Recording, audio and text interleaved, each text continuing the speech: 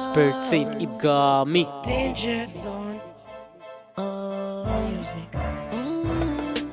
Bakurambere bacu ngize amahirwe mbagezeho, ndabizi nimwe mutuma u Rwanda ruguma kubaho. Najyaga numva babavuga nkagira ngo ni inzozi, itangaza mukora nibyo byanyurije imisozi. Muraguze ndagurira, please mvugururira, ndahabwa ubinkoreye wakoze kunyugururira.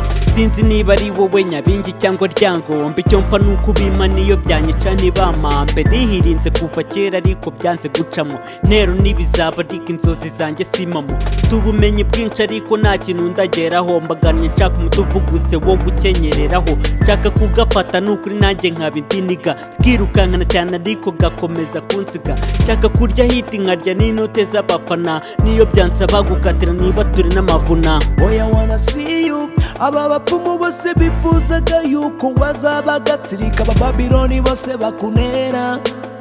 Abo babire na mikino, ako gapisi nibatambazwa nere na mikino. Reka izo nkunda rubyino ubanere, ubanere, tubanere.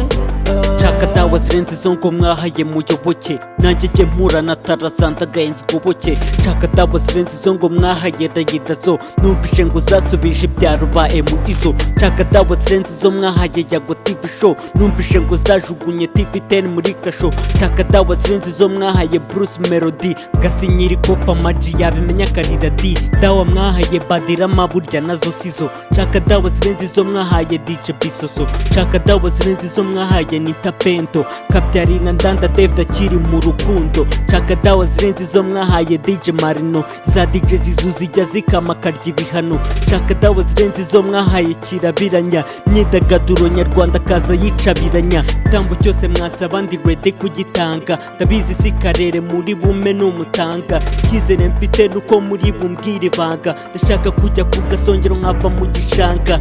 Oya wanna see you, aba bapfumu bose bifuzaga yuko wazaba agatsirika, aba Babiloni bose bakunera. Abo babire na mikino, ako gapisi nibatambazwa nere na mikino. Reka izo nkunda rubyino ubanere, ubanere, tubanere. Nshaka dawa zitari nk'iza Jacques Tuyisenge, zirenze iza Haruna niyo nzima njye ndya ndimenje. Ntabwo wabatekereza ko nzabaha agahenge, bapfushe nubwo nta gaceri ndacyabarusha ubwenge. Nshaka dawa zirenze iza Mohamed Mose, zirenze iza Jimmy Gatete akora akazi kose. Nshaka dawa zirenze izo mwahaye ba Muhajiri, zirenze iza kompetisiyo ya Bakame na Ndori. By'umupfu nahisemo kubizanira umupfumu, Imana imbabarire ninjye wizanye mu kuzimu. Ndashaka kumanuka i Kigali ndi guhamiriza, cyitonderwa n'ibidakora nzakuraburiza. In the name of Jesus Christ, He's the only one we trust. Umunyarwanda Kiraso we made it, yeah.